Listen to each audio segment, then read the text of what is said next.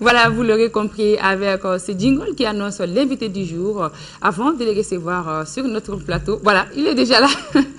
Je vous propose quand même de suivre cette vidéo avant de lui donner la parole, bien sûr.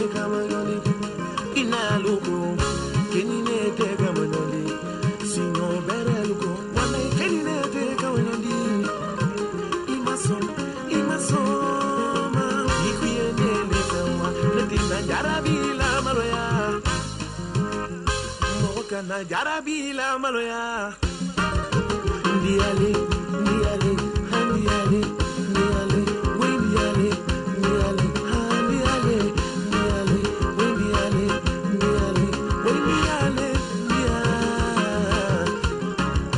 mokamani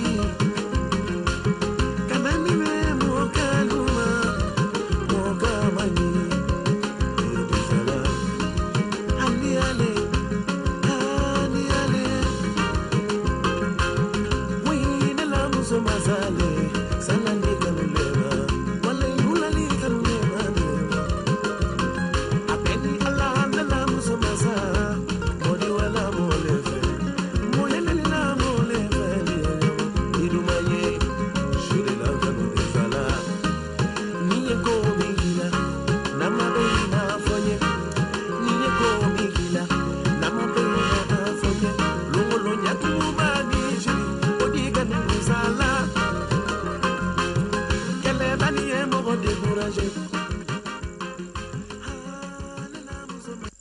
Voilà, ces œuvres sont l'œuvre, toutes ces créations sont l'œuvre d'un jeune styliste malien basé en France.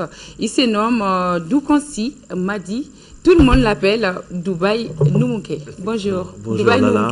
Oui, bonjour Lala. Ça va bien? Ça va bien, merci. Tout se passe bien à Bamako? Ça va, tout se passe bien. D'accord. Ça va. Bienvenue sur le plateau Merci. de Aouedi. Merci d'avoir répondu à notre invitation. Depuis combien de temps vous êtes lancé dans la mode?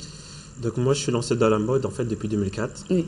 En 2004, j'étais un simple revendeur. Lorsque je venais en vacances, à mes retours, j'amenais les bazins moins riches pour revendre ça à mes tantes. Et puis petit à petit, bon, j'ai construit mon nid. Donc après, j'ai commencé dans le bazin riche. Et donc après, je me suis lancé dans la création de modèles, donc styliste, création. D'accord. Et vous faites ces créations uniquement avec les bazins? Ouais, moi c'est uniquement du bazin, parce que j'aime beaucoup le bazin. Pourquoi? Le bazin, ça m'a attiré depuis que je suis très jeune. Je sais pas, lorsque je voyais le bazin à la télé, lorsque je portais du bazin, j'étais content, j'étais fier. Oui. Et vous êtes un jeune malien, et franco-malien, je vais dire. Oui. Maintenant, vous êtes basé en France, on va dire. Oui, c'est ça, exactement. Comment ça se passe là-bas? Bah, là-bas, ça se passe très bien. On commence à mettre un peu plus de style dans le bazin.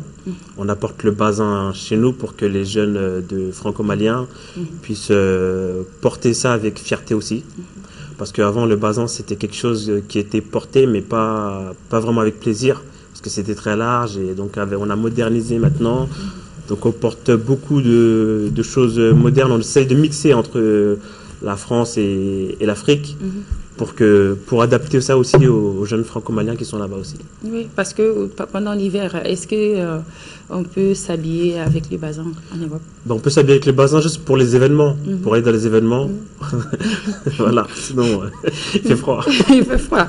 Qu'est-ce que vous faites concrètement? Est-ce que c'est vous même qui faites les coutures ou bien vous dessinez, vous donnez à l'intérieur? Nous, on dessine, on choisit les couleurs, on dessine et après on suggère ça au couturier. Il apporte aussi ce qu'il a à dire, si pour lui c'est bien, pour lui c'est pas bien. Donc souvent c'est dur, mais on réussit quand même à obtenir ce qu'on veut. D'accord. Et puis à la finale, ils nous disent aussi, oui, c'est vrai, c'est bien. D'accord. Et c'est tailleur, lui, il est où? Il est en France ou il est au Mali? Ces tailleurs, ils sont au Mali. D'accord. Ils sont nombreux? Oui, il y en a plusieurs, oui, au Mali. Donc vous êtes une équipe. Bon, une équipe, mais c'est différents ateliers, quoi. D'accord. Et comment vous vous organisez, vous étant en France et eux au Mali?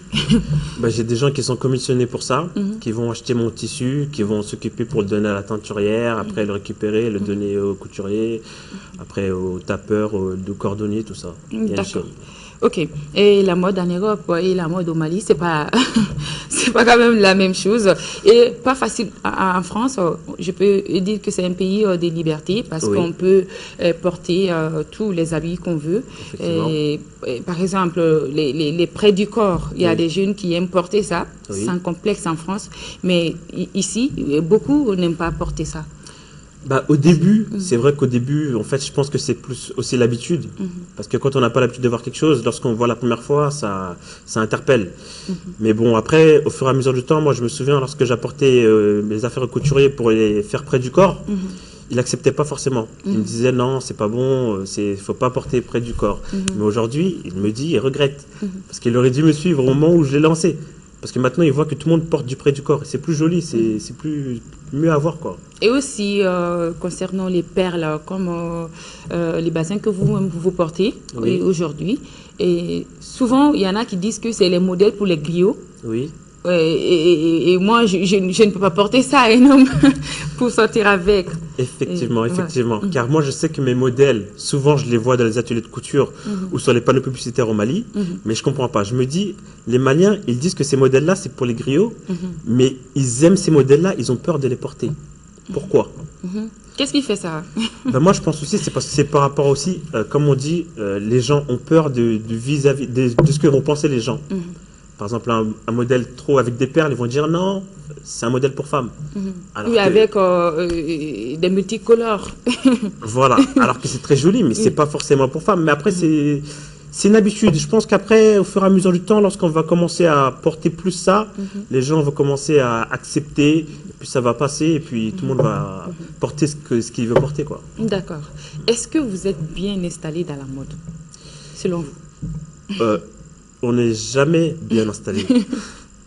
Il me reste beaucoup de choses à apprendre, Oui. mais je pense que je suis bien, j'en apprends tous les jours.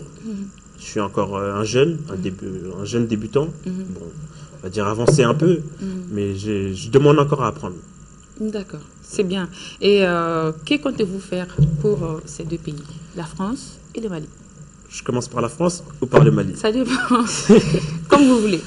Donc pour la France, ben, je compte déjà dans la mode en fait les mannequins. Sachant que les mannequins qui travaillent avec nous, c'est tous des débutants. Donc on fait ça aussi pour leur permettre d'acquérir une expérience. Par Vous exemple, travaillez aussi avec des mannequins débutants? Oui, on D'accord. travaille beaucoup avec des mannequins débutants, oui, pour Ok. permettre aussi d'acquérir de l'expérience pour. C'est bien. Oui. Voilà, comme ça, ils ont un petit tableau, quoi. Et puis donc apporter en France la mode, montrer la mode en fait du pays, parce que la mode au Mali, elle n'est pas assez représentée, je pense. Il y a beaucoup de pays comme le Sénégal, le Niger, la mode elle est représentée, mais au Mali, Même les on a- Cameroun, hein, en France. J'ai vu plein de stylistes ivoiriens, sénégalais, camerounais en Ouais. France. Mais les Maliens, il y en a aussi. Hein. Ouais. Il y en a aussi. Oui. Mais en fait, c'est plus pour mettre la mode aussi de mon pays, bien sûr, d'origine, C'est bien. donc la mettre en avant. D'accord. Et Et, sinon, que Mali- comptez-vous faire pour le Mali? À Bamako, bah, déjà, c'est moi, comme je dis, les basins. Si j'avais vraiment voulu rester dans la mode, j'aurais pu acheter le basin, aller le coudre au Sénégal. Mais c'est pas mon but. Mon but premier, déjà, c'est d'apporter du travail au Mali pour permettre aux Maliens de pouvoir survivre, alimenter leur activité. Donc, moi, tout est acheté blanc, le tissu blanc en basin. Donc, c'est teinté. Après, c'est cousu. Après, il y a les tapeurs. Il y a les cordonniers aussi pour les chaussures pour les hommes. Donc ça fait une chaîne en fait de travail. Ça permet d'avoir aussi beaucoup de travail en fait à Bamako. Et donc aussi, Bamako, on voudrait mettre en avant la mode parce que la mode aussi, elle n'est pas beaucoup représentée aussi au Mali. C'est vrai. On a tout, on a beaucoup de choses, mais on fait pas grand-chose. La mode n'est pas trop avancée. Mais est-ce que vous avez déjà organisé un défilé de mode ici? Parce Au que c'est Mali? aussi un moyen pour faire avancer la mode. Oui, donc j'ai pas organisé encore au Mali. Pour l'instant, mon projet c'est de l'organiser en France pour Inch'Allah mai prochain. Mai prochain, organiser un défilé. Et puis au Mali, j'ai été convié pour des défilés comme Nuit de Bazin qui est passé dernièrement au Radisson Blu, mais j'ai eu des empêchements donc j'ai pas pu participer. Mais je sais que je suis ouvert à toute proposition. S'il y a un défilé, je serai prêt à venir au Mali pour représenter la mode d'Al-Bazin. D'accord. Et avez-vous des conseils pour la jeunesse? Et si vous en avez aussi pour les stylistes, pourquoi pas? Bah, pour les Français, ne pas avoir peur, oser, porter ce qu'on aime, parce qu'on porte pour soi, on porte pas pour les gens. Si on aime, donc on porte. Après, mettre en avant sa culture, la culture parce que c'est très important, donc mettre en avant sa culture. Et pour les Maliens et les stylistes, ne pas avoir peur, parce que je pense qu'il y a beaucoup de monde aussi qui ont peur de ce qu'on peut dire après. Et c'est ce qui est le problème, je crois qu'au Mali, c'est ce qui est le problème. Parce que si un styliste commence à se lancer, à faire des défilés, je pense qu'il y aura beaucoup de défilés après. Parce qu'au Mali, on voit et après on fait. Mais tant qu'on ne voit pas, on ne se lance pas. C'est vrai qu'il n'y a pas assez de podiums quand même ici, à Bamako.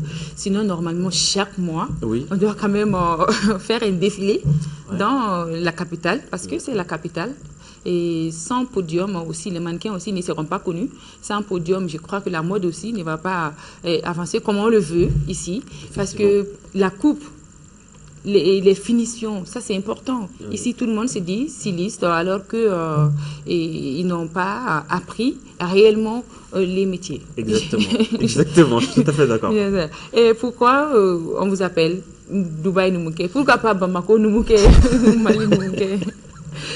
Dubaï Numouké, parce qu'en fait, j'ai commencé commerçant en 2004.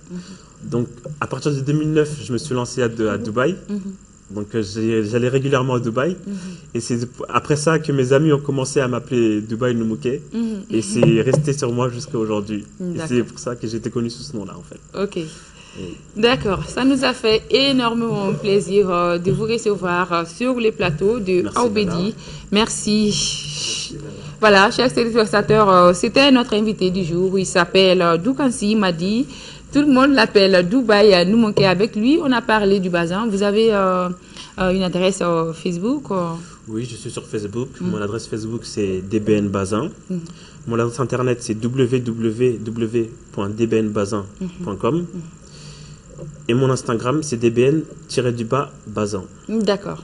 Merci à vous, messieurs, et bonne journée. Merci. Très bonne journée. Merci. Je vous accompagne en musique avec Mbaou Tunkara, un nouveau clip en exclusivité dans Aobedi. On regarde ça.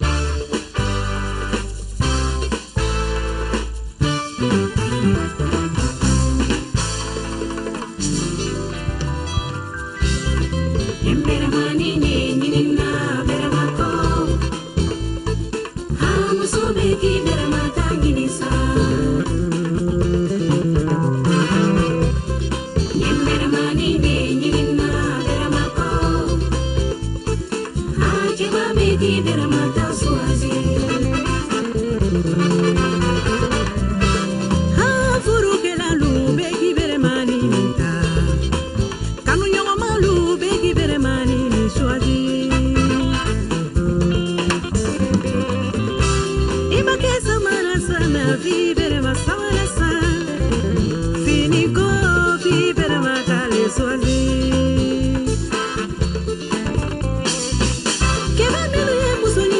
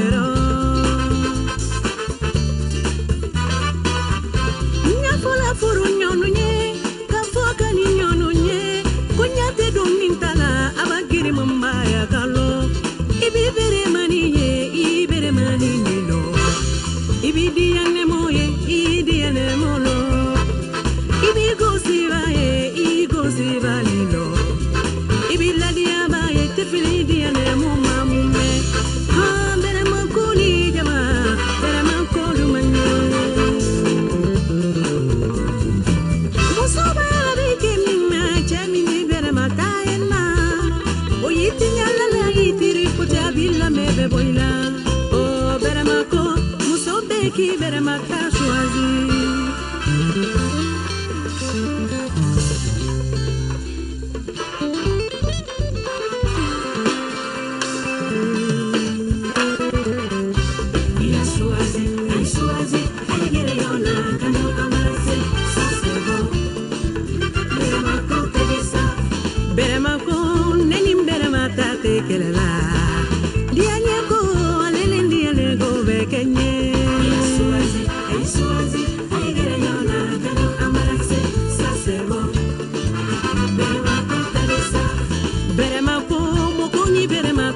Querela